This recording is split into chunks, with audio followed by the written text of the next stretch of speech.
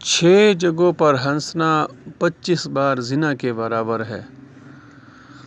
Number 1 قبرستان میں، number 2 جنازے کے پیچھے، نمبر 3 تلاوت قرآن میں، نمبر 4 علماء کی مجلس میں، نمبر 5 مسجد میں، نمبر 6 اذان ہوتے وقت۔ صرف 5۔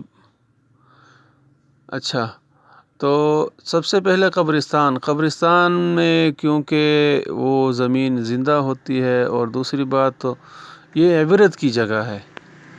جنازے کے پیچھے یہ بھی عبرت کا مقام ہے، مطلب یہ جنازہ ہی انسان کی عبرت کے لیے، اس کے درس و تدریس کے لیے کافی ہے کہ ہم سب کو اس دنیا سے جانا ہے۔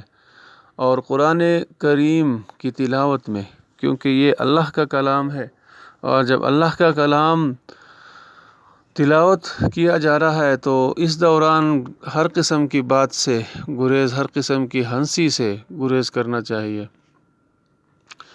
اور اسی طرح علماء کی مجلس میں، کیونکہ علماء انبیاء کے ورثاء ہیں، اور کچھ نہ کچھ وہ پیغمبر صلی اللہ علیہ وسلم کے احادیث ہی بیان کرتے ہوں گے۔ اور مسجد اللہ کا گھر ہے۔ اذان ہوتے وقت، کیونکہ اذان جو ہے، یہ مؤذن اللہ کا نام لے لے کر اذان کی طرف پکارنا چاہتا ہے۔ وہ 4 بار کہتا ہے اللہ اکبر۔ جب ہم کہتے ہیں نا کہ اللہ گواہ ہے کہ میں یہ بات سچ کہہ رہا ہوں، تو مؤذن بھی 4 مرتبہ کہتا ہے اللہ اکبر، اللہ کو گواہ بناتا ہے۔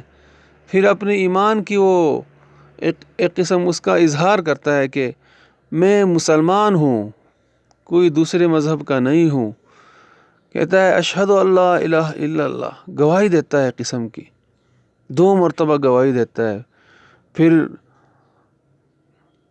پہلے لا الہ الا اشہد لا الہ الا اللہ پڑھتا ہے 2 مرتبہ، پھر اشہد ان محمد رسول اللہ 2 مرتبہ پڑھتا ہے۔ پھر کہتا ہے کہ نماز کی طرف آ جاؤ، یعنی اپنے مسلمان ہونے کے بعد، پھر نبی آخر الزمان پر ایمان لانے کے بعد کہتا ہے کہ نماز کی طرف آ جاؤ۔ کیسی نماز؟ حی علی الفلاح، کامیابی والی کی نماز کی طرف دوڑتے آ جاؤ۔ حیا مطلب دوڑ کے آ جاؤ۔